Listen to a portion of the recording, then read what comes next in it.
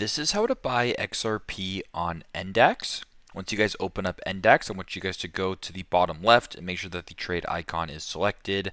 Once you're here, you can just find XRP by scrolling down, or if you don't see it, you can press the search bar right here, type in, once again, we'll go ahead and type in XRP, and then select it.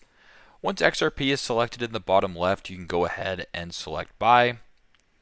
Then once you're on this page right here, make sure that buy is selected. Make sure that below that you have your order type selected. So in this case, I will just go ahead and use market for this example. Then once you're here, you can go ahead and actually choose the quantity. So you can either go in regards to dollar value, or you can go in regards to order size, which is the quantity. And where it says insufficient funds for me right here, that's where you can go ahead and press that to submit the order. So where it says buy XRP right there, once you have the amount selected, press buy XRP, and then proceed this way with the transaction. So that is how you guys can buy XRP here on Ndax. Thanks again for watching, and hope this helps.